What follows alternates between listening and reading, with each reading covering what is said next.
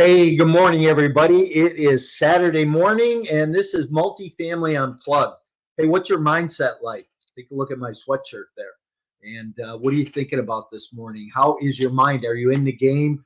We're going to go into, we're in this cycle right now in the multifamily and the real estate investing business that we're going to come out of this. And as we start to come out of this over the next year, 14 months, we're going to see some great opportunities. Is your mind in the game? Are you focused on it? What are you looking to accomplish?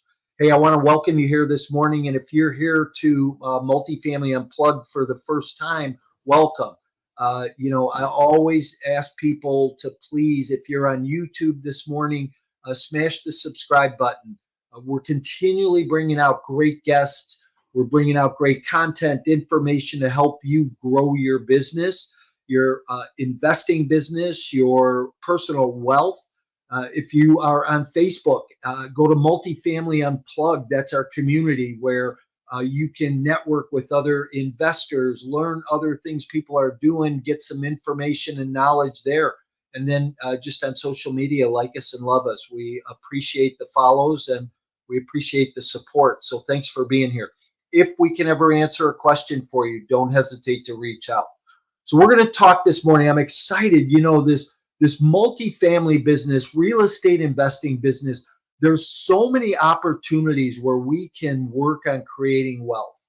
And my big thing is, how do we create generational wealth, not just for today and not just cash flow today and not just to save on taxes today, but what's it going to look like down the road? My guest today, Scott McGrath, he's with Nexus.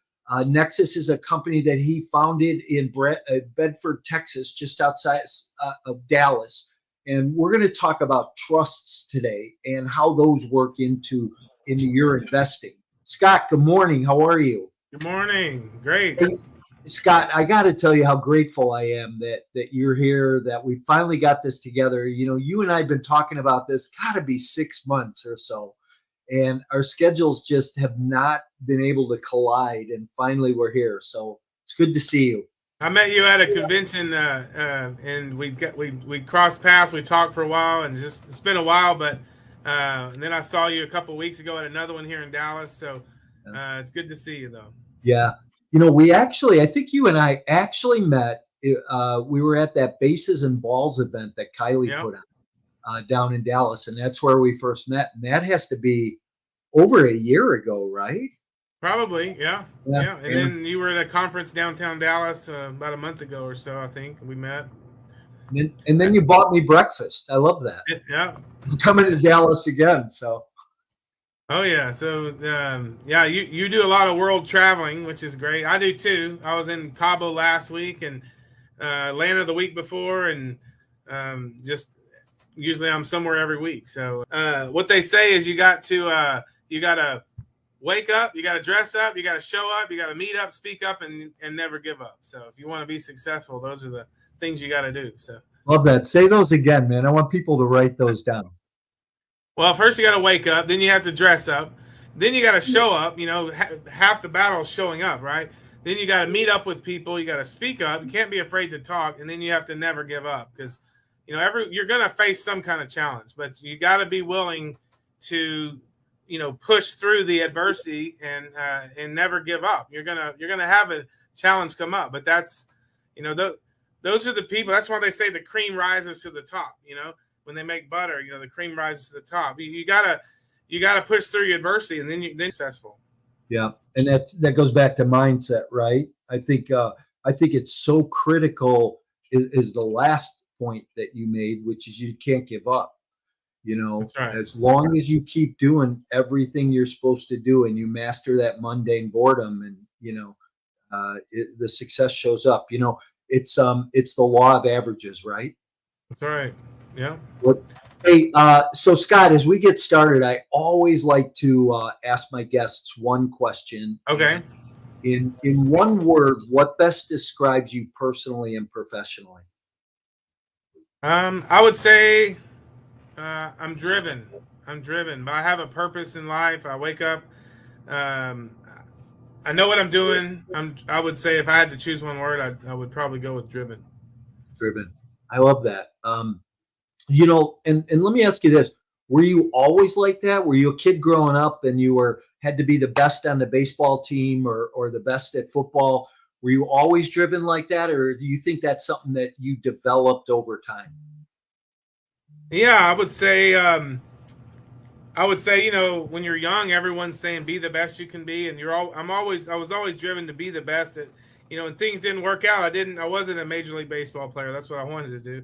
But no, some things didn't work out, but I'm always driven to succeed no matter what I did. And so when I got in the financial world, again, I was driven. So but I kept looking at all these different products, all these different things in the, you know, that people kept doing. What's the most valuable, you know, strategy? What's the most valuable structure? I'm always looking for the best of the best. And so, and then I ended up finding our trust program, and then we started to develop it. I developed a team of people around me, and so I'm always driven to not only do the best, but to find the best. Because one thing you have to realize is that in life, you're not going to reinvent the wheel. The wheel's already created. You have to find that wheel. Okay. Yeah. And so, and if you have pride, or you think you're going to invent the wheel, it's not going to happen. In fact, probably all the good things out there have already been created. You just have to find it. So whether or not you're doing your best or you're going to find the best, that's what I did. I went out and I found the best financial structure known to man. We call it the holy grail of financial planning. And that's what we do. So I gotta make a comment about the baseball, about the baseball thing. You know, my mom told me growing up that I should be a professional baseball player. I mean, I loved it. It was my passion. Yeah. But back then when I was growing up, you didn't make the kind of money that you make today playing baseball, you know? Right. So of course I went in a different direction, right? Sounds like you did as well. But so let's talk about your past a little bit. So talk about, you know, what you used to do and, you know, where you're at and what you're doing today. Well, I grew up in a very small town in Nacogdoches, Texas, a real small country town. But I grew up working on a farm. You know, I didn't grow up, you know, with a silver spoon in my mouth, but, I wanted to play sports. I wanted to be a pilot. I had all these dreams, but, you know, my road took me a different way. And I decided to eventually own a business. And when I was a business owner, which hopefully most of the people watching this are business owners, but when you're a business owner, you're looking for things that will help you grow your business. You know, one day you're going to sell your business. And so I was a business owner. So I had to find the best strategy and the best structure out there. And I just kept searching and searching and searching and going to event after conference after conference. And I kept searching for the best of the best. And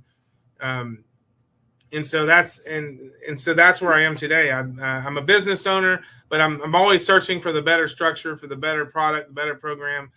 And now that I found a really good one, I'm sharing it with everybody. So, you know, that's interesting. I like what you said.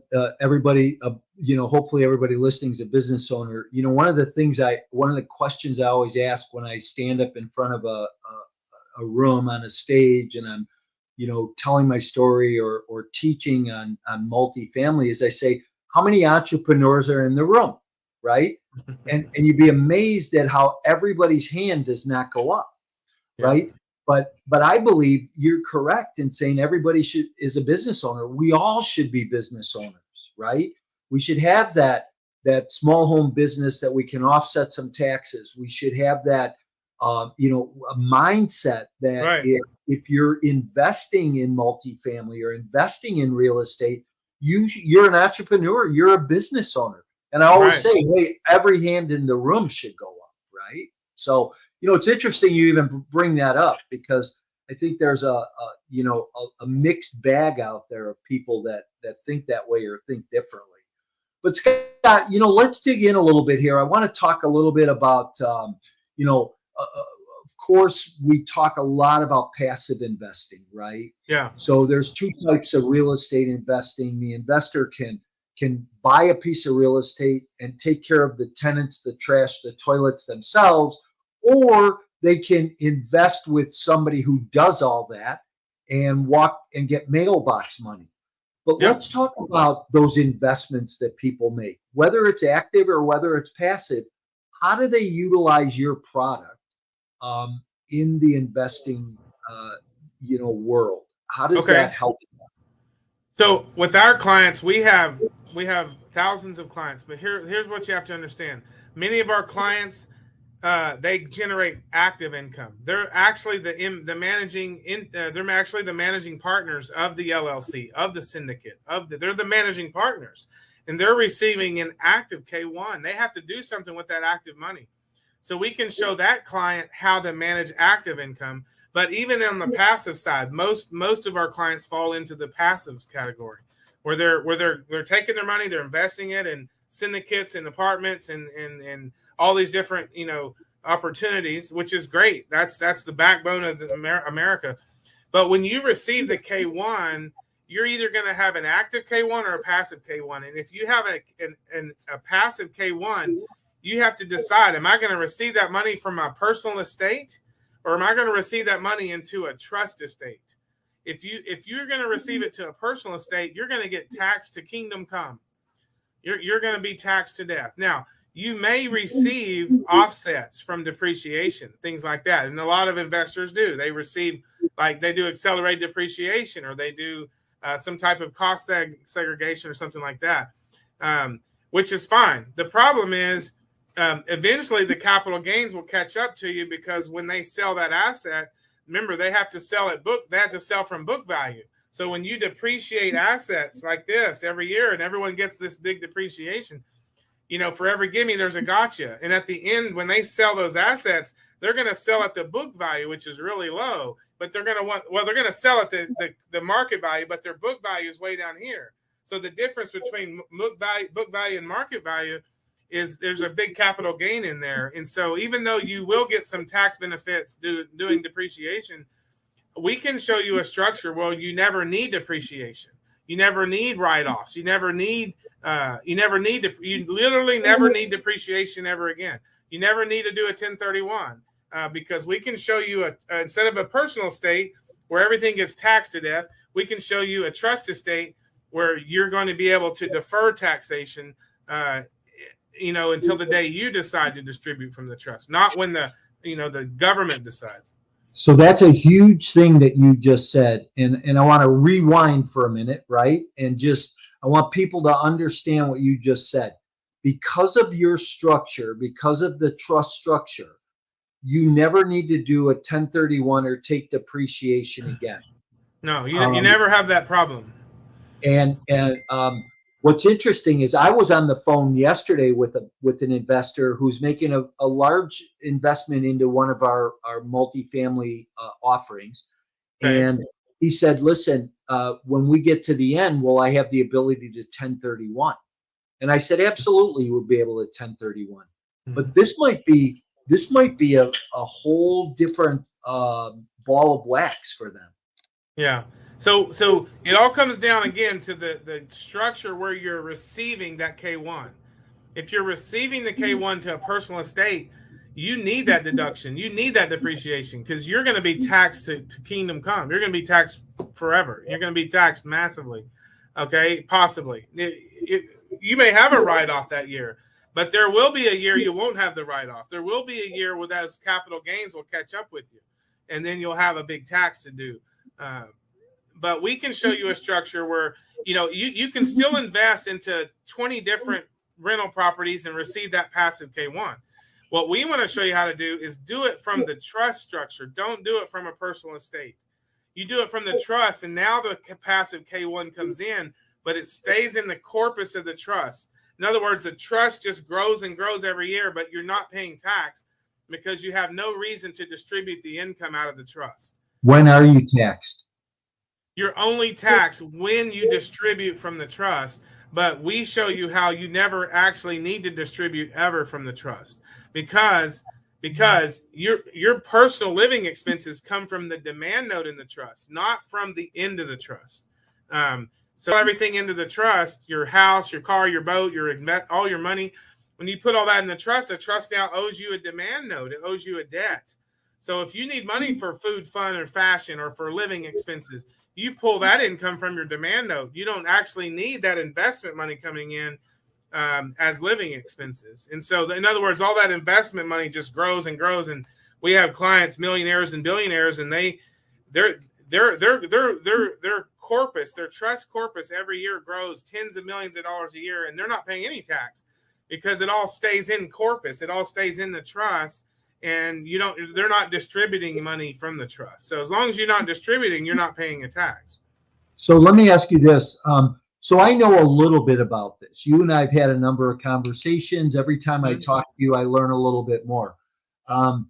You told me one time, we had the conversation around revocable, irrevocable trusts. And you told me that it's really not like that. It's a totally different structure type of trust. Yeah. Can you explain that a little bit? Yeah. So 99% of all trusts in America, 99% are all revocable trusts. Now, that means 1% are irrevocable. So if I took the 1% that's irrevocable, now 99% of the irrevocable trusts are grantor irrevocable trusts. So all of these benefits, I wrote them down here. Let me put them on the screen here. If you look right here, privacy control, asset control, and tax control. All three of those benefits you don't get in the 99% of trusts.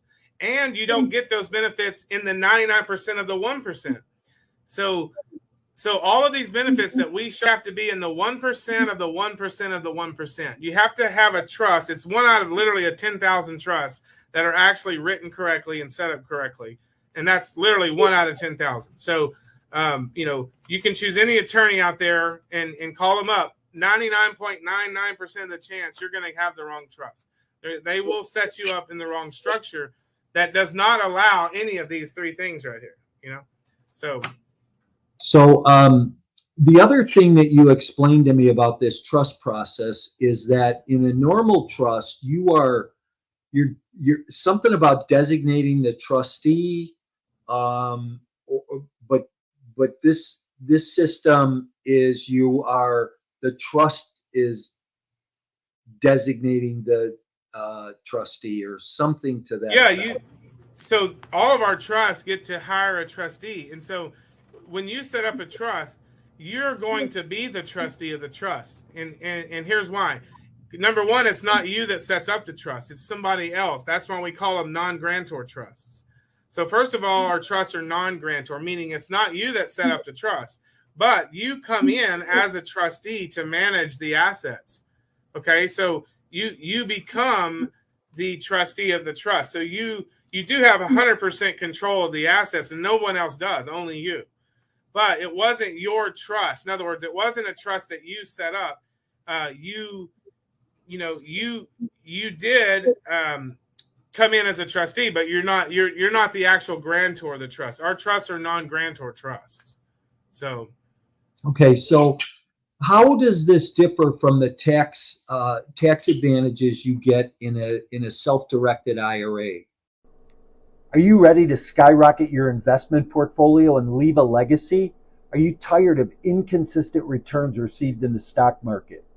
Do you think that it may be time you take a look at alternative investment options? Passive investing in multifamily real estate could just be that option for you. With no tenants, trash, or toilets to take care of, but providing a solid return on an annual basis that outperforms traditional investing, including monthly and quarterly returns along the way. These lower risk, secure assets are a sure hedge against inflation. If you want to learn more about these types of opportunities, you can email me directly for a 15-minute consultation to see if you qualify. Just email me at mike@mikemorawski.com. Yeah, okay. So self-directed IRAs, those are called that's before tax money, but those are tax deferred. Like the problem is the government controls when you start having to get taxed on that. So just like an IRA or 401k is deferred money. It's income, it's deferred. You don't pay tax now, but you pay tax later.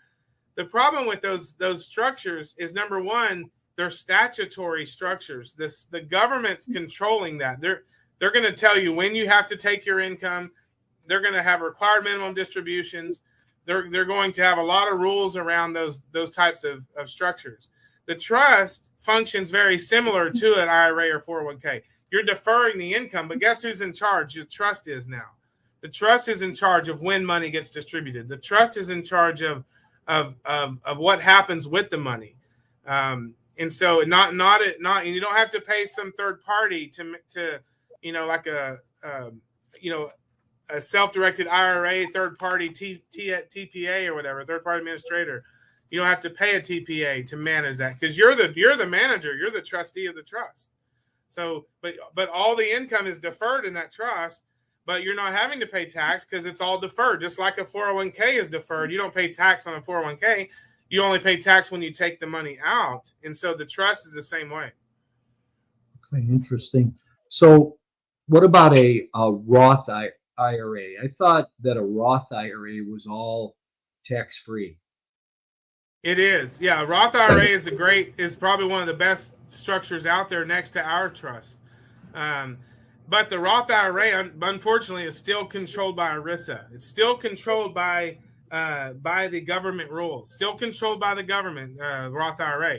They could change the laws with Roths, So right now, it's a great structure. I don't have anything negative to say about a Roth other than the fact that the government's still in control, though. Even though it's a good setup and it's a beautiful thing, they could change the rules. And I don't like having a structure where the government could, have a bad hair day one day and then change the rules in the game, Well, they're having a bad hair day right now. So, yeah, they sure are. That's another podcast, though, Scott. Hey, listen. So let's talk about when is the best time to put this structure in place. So I'll give you a couple examples and maybe you can talk to these. So I'm an investor. I have an investment that, let's just say, it's coming due, right? Okay. And there's going to be a large profit on the back end. Let's just say I'm going to get $200,000. Is that the best time to put my money in a trust, or should I set a trust up before I make that investment? Talk about the timing piece of it. See, the problem with most investments is that the investor already invested the money, but they did it from a personal estate. So when they get the K-1 that comes back, it comes back taxed, where you have to pay tax on that. Because why? Because you're receiving it in a personal estate. In other words, you're taking possession of the money, of the profit.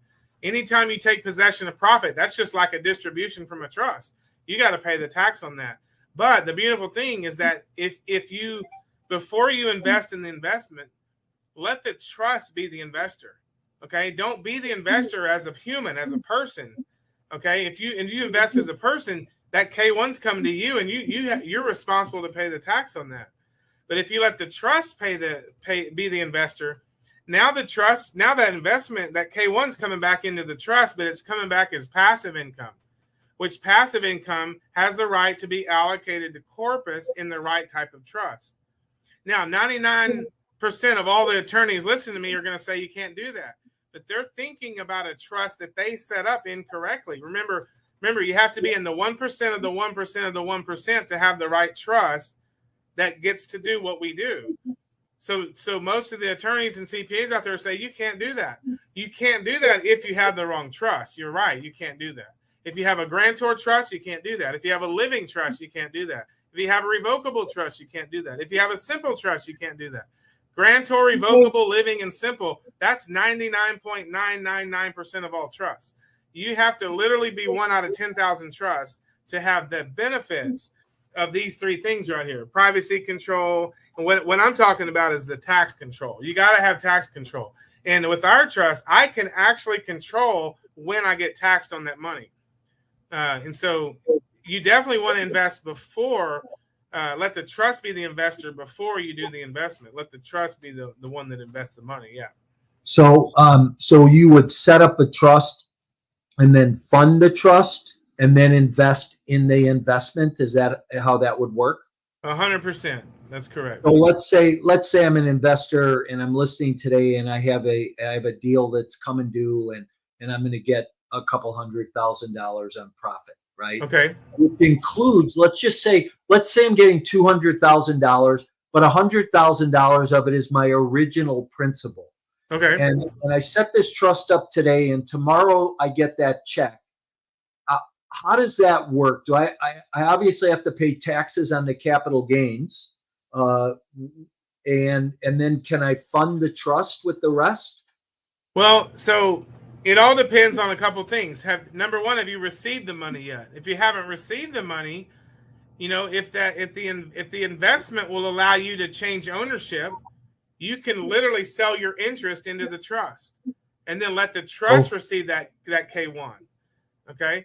But if they've already determined that you're the one receiving the K1, then you have to end up being taxed on that. That's correct. So what it sounds like, what you just said, and correct me if I'm wrong, is that before one of my multifamily assets comes to fruition, and we're gonna get to closing and sell the deal and make the distributions to our investors. We should have you talk to all the investors about the ability to create these trust structures and to try and protect their assets a little bit more without having to do a 1031 or You'll never need a 1031 ever again. You'll never have to worry about the 1031 failing. Half of them fail from what I hear.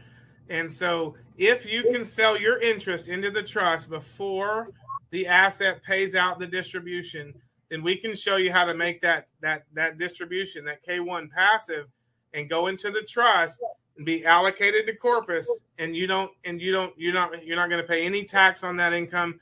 It's still taxable in the trust, but it's not taxed currently because you're not distributing out of the trust. You're growing that trust. It's like a snowball that every year just keeps getting bigger and bigger and bigger.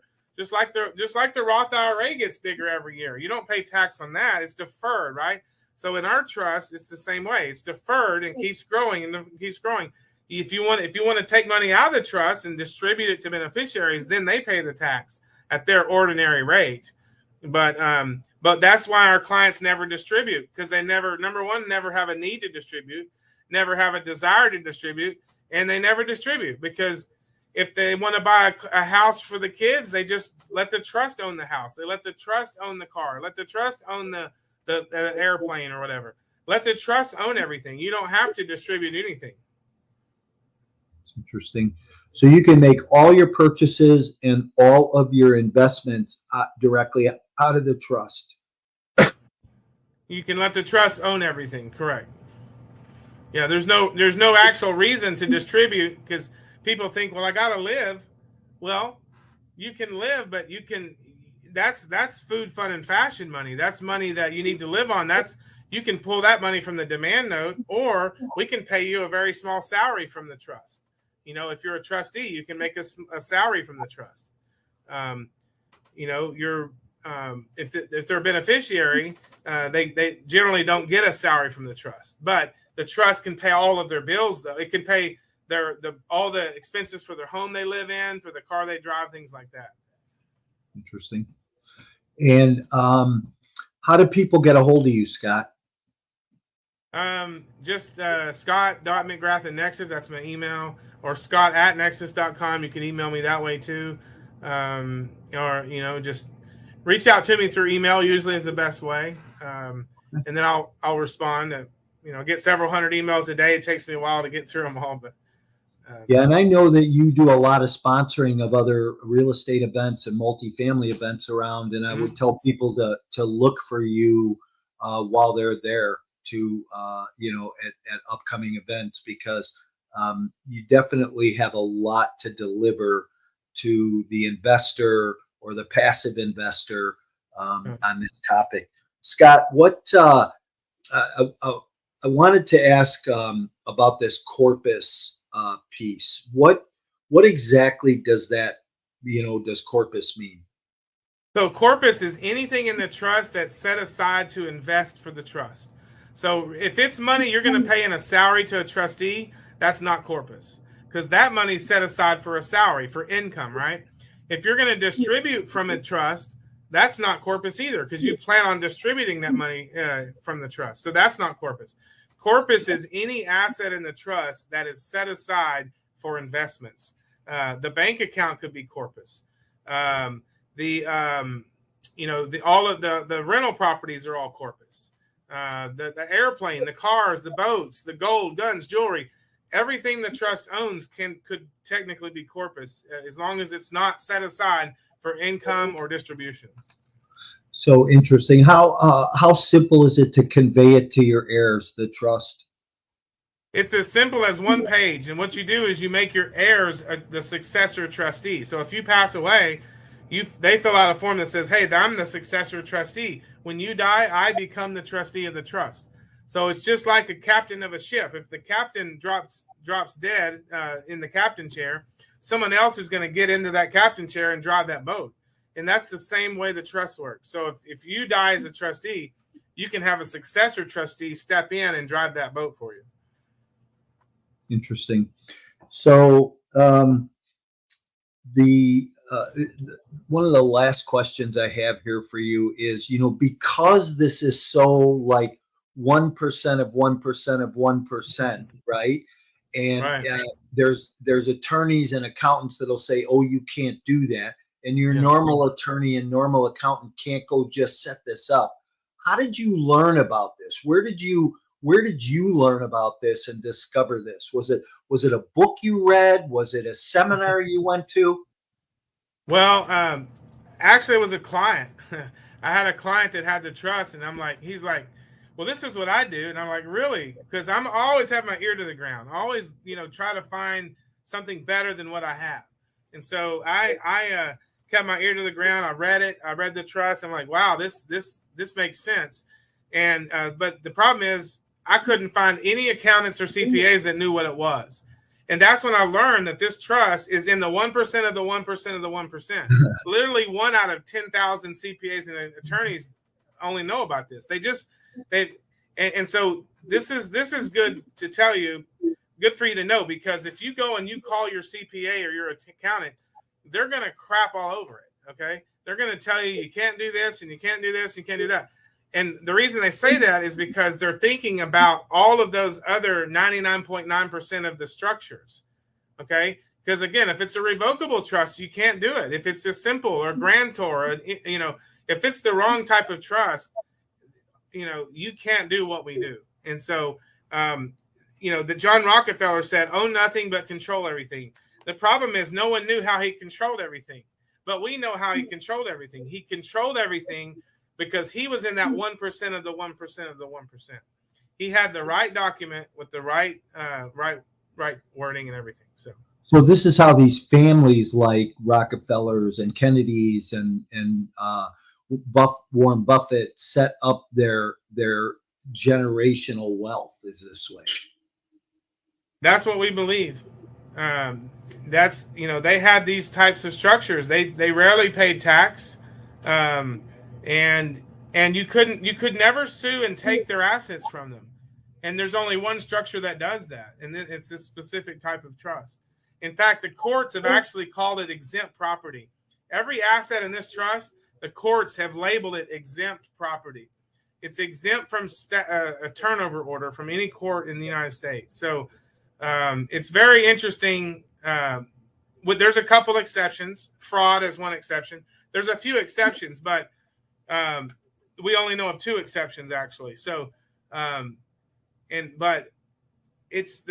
we have case law, we have case law to back. We have probably 25 court cases that back up everything we do. We have no change audits from the IRS. The IRS has audited our clients, and we have literally a no change letter from the IRS. So it says, "Hey, we don't make any changes. Everything's done correctly." So, we've got the things that we need to make our clients feel comfortable. So very cool. Well, Scott, thanks for being here this morning. I appreciate you. You're definitely a lot of energy as well as a lot of knowledge. And again, tell people how they reach out to you and connect with you. Yeah, just go to my website, nexus.com. You have to spell it right. 2 X's, 2 S's, nexus.com. And we'll reach out to you. We'll help you. We'll do a free strategy session. You owe it to yourself to at least spend 30 minutes looking at your strategy and let me and let me show you the holes in your strategy. Let me do that. So.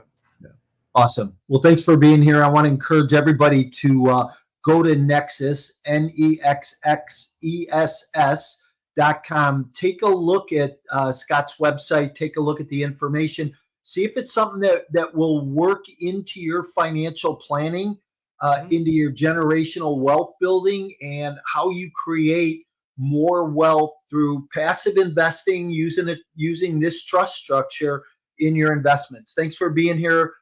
We're here every Saturday morning at 10 o'clock. So, come back next week. We'll have another great guest on and talk about something that helps us in the multifamily space.